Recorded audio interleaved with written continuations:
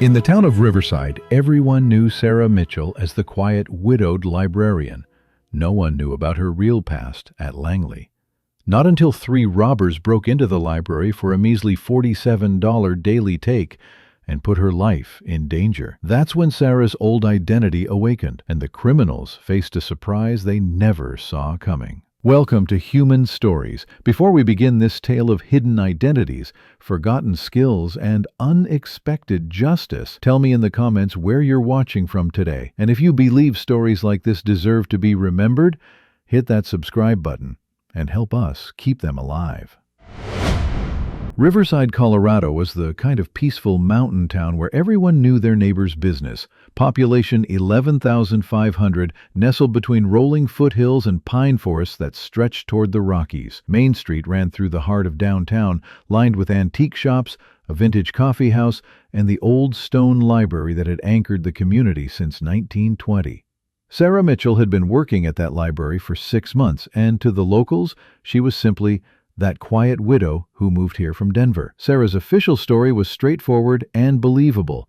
45 years old, husband died of a heart attack, chose a small town for a fresh start. What nobody knew was her real story.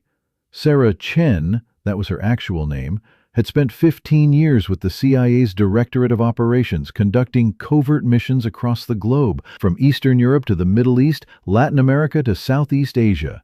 She'd tracked Russian agents through Moscow's winter streets, gathered intelligence on terror cells in Beirut, infiltrated drug cartels in Bogotá, and run assets in Ho Chi Minh City. She spoke 5 languages fluently, had operated under a dozen different covers, and possessed every combat skill necessary for survival in the world's most dangerous places. But in 2019, when a Madrid operation went sideways and her cover was blown, the agency had offered her a choice: new identity, clean background, quiet life. Sarah had taken it. She was exhausted from living in the shadows, constantly vigilant, never able to trust anyone completely. The job at Riverside Public Library had been the perfect escape. 30 to 40 visitors a day, mostly elderly locals, students, and tourists. Nobody asked probing questions.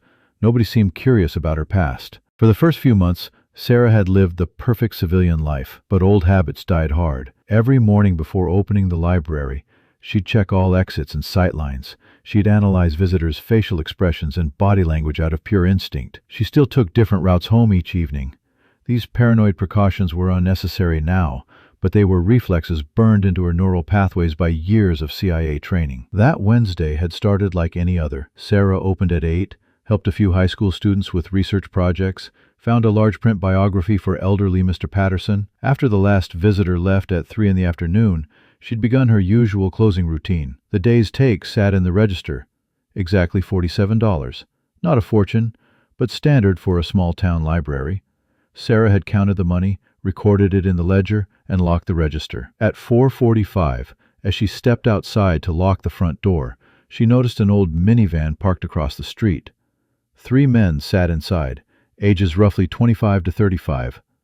Under normal circumstances, she wouldn't have paid attention, but their behavior was off. They were watching the library, like they were waiting for something. Sarah's old instincts kicked in. The CIA had taught her one fundamental rule: if something doesn't look right, it probably isn't. She went back inside, didn't close the blinds, but checked the security cameras. She knew the system was outdated, but at least it was recording. At 5:20, just as she was preparing to leave, the front window exploded. 3 masked men burst through the door. The leader carried a metal pipe, and the other 2 had suspicious bulges in their jacket pockets, likely knives. "Anyone here?" the leader shouted, scanning the room. Sarah was standing between the book stacks, able to see them but not yet spotted herself. "Find the safe," said the second man. "Banks closed at this hour. They keep the library money here overnight." Sarah's mind rapidly cycled through options. She could slip out the back exit. She knew she could reach it in 30 seconds. She could call 911. Or, "Excuse me," she said in an innocent voice, emerging from between the stacks. "Can I help you with something?" All 3 turned toward her. Sarah approached them, holding a book, adjusting her glasses. "I'm sorry, but the library is closed," she said politely. "We open again tomorrow at 8. The leader laughed. "This is a robbery, lady. "We want your money." Sarah acted shocked, clutching the book to her chest. "A robbery? But this is just a library. We don't have much money." "How much you got?" the second man asked, stepping closer. Today's take was only $47. Nothing substantial. $47? The leader was getting irritated. "That's it?" Sarah shrugged helplessly. "Small-town library.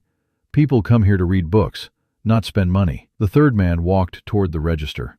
"Open it up, now." Sarah looked at him. At this point, she had two choices: submit or act. But CIA training had taught her there was always a third option. Let your opponent underestimate you, then seize the advantage. "I forgot the combination," she said with a trembling voice. "I'm so nervous it just slipped my mind." The leader strode closer, invading her personal space. "Nervous? You haven't seen nervous yet." Sarah backed away, maintaining her frightened act. "Please don't hurt anyone. I'm just the librarian." "You gonna hurt us?" the leader mocked. "Bookworm librarian's gonna hurt us." That's when Sarah made her decision. The performance was over. "Actually," she said, her voice losing all trace of fear, "yes, I'm going to hurt you." The three men were startled by this sudden transformation. Sarah's posture had changed. She was no longer a terrified civilian, but something else entirely. The leader raised his metal pipe threateningly. "You lose your mind, lady?" Sarah removed her glasses and set them on a nearby table. "No, I found it." When the leader swung the pipe at her, Sarah moved. 15 years of CIA training kicked in like muscle memory. Her motion was so fast the leader couldn't track it. Sarah's left hand caught his wrist while her right delivered a precise strike to his elbow joint. The metal pipe clattered to the floor. Simultaneously, she drove her right knee into his solar plexus. The man collapsed, gasping for air. As the second man shook off his shock, Sarah turned toward him. "You want to try next?" she asked coldly. The man drew a knife from his pocket. "Who the hell do you think you are?" "Sarah Mitchell, former CIA operative, and you picked the wrong place, wrong time, and definitely the wrong person." When the knife-wielding man lunged at her, Sarah used Krav Maga techniques to disarm him.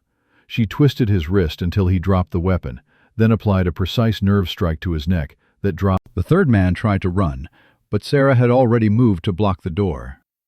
"Where are you going?" she asked calmly.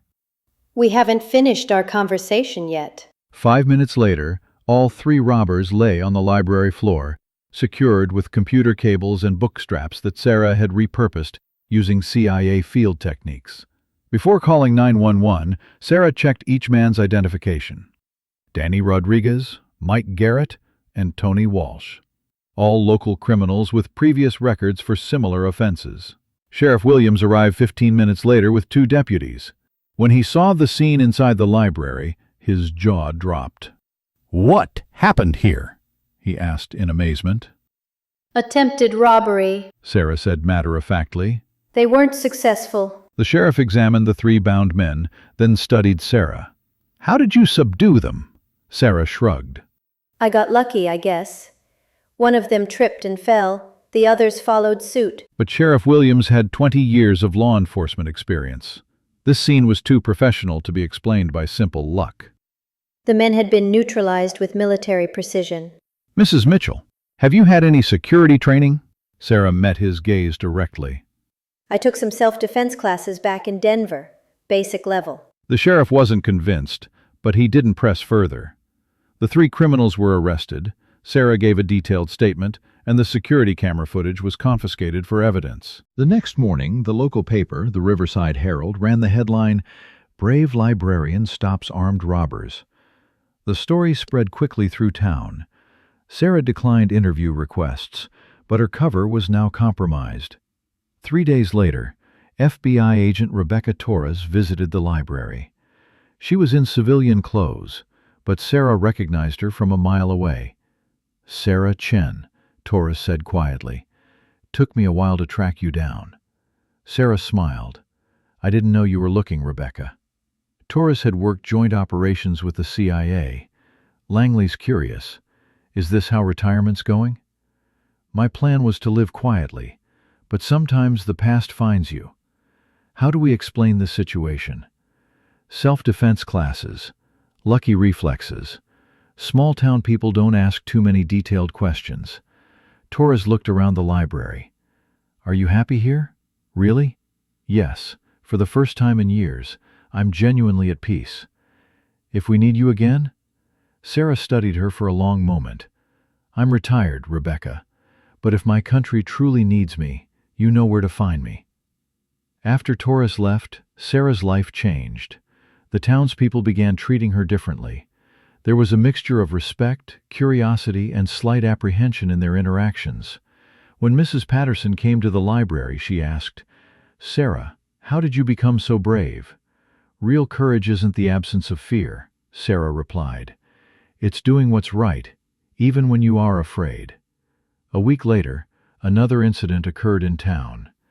Two men had planned to rob the local bank, but they changed their minds because that librarian woman lived in this town, and nobody knew what else she might be capable of. Sarah no longer tried to maintain perfect cover. At the same time, she didn't advertise her CIA background. She simply did her job, organized books, and quietly contributed to the town's safety. One evening, high school student Jessica asked her, "Mrs. Mitchell, were you really a CIA agent?" Sarah looked at her carefully. "Jessica, what matters isn't what you did in the past, but what you choose to do now. I'm a librarian now, and I love this work. But people respect you differently now. Respect isn't the same as fear. I don't want to harm anyone. I just do what's right when it's necessary." Jessica smiled. "You're pretty awesome." Sarah laughed. For the first time in years, she felt genuinely relaxed. Maybe constantly playing roles, constantly being vigilant, never trusting anyone completely had been truly exhausting. Now, in this small town, she could live as herself. That night, walking home, she didn't take alternate routes like she used to. She walked straight down Main Street. There was no need to hide anymore. But when she sat by her window at home, she still watched the street. Some habits never die. And maybe that was a good thing, because Sarah was now protecting not just herself, but all of Riverside. The library returned to Norman's secret guardian. And not everyone needed to know that.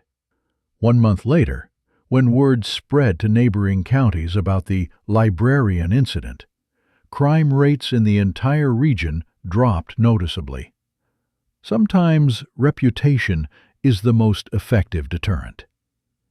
Sarah continued her quiet life, checking out books, helping students with research, and organizing community reading programs. But now her dog tags, kept in a small box in her desk drawer, served as a reminder, not of who she used to be, but of who she'd always been. Someone willing to serve, protect, and sacrifice for others. The past doesn't disappear, she realized. It transforms into wisdom, strength, and the capability to act when action is needed. Sarah Mitchell had found her perfect cover story. It just happened to be the truth of who she'd chosen to become. Late at night, when the library was dark and quiet, Sarah would sometimes walk through the stacks, running her fingers along the book spines. Stories of adventure, courage, sacrifice, and transformation. She understood now that she wasn't hiding from her old life. She was living the next chapter of it.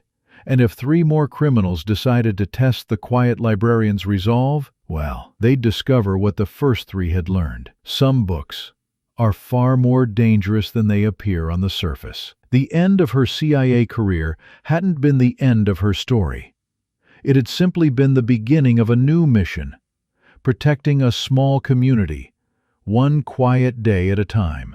And Sarah Mitchell, former CIA operative, current librarian, permanent guardian, was exactly where she belonged. If you were in Sarah's position, would you have revealed your true identity or continued living undercover? Have you ever encountered someone who seemed ordinary but carried extraordinary secrets? Share your thoughts in the comments below. If this story of hidden strength and quiet heroism resonated with you, don't forget to subscribe. Because at Human Stories, we believe the most powerful protectors are often hiding in plain sight.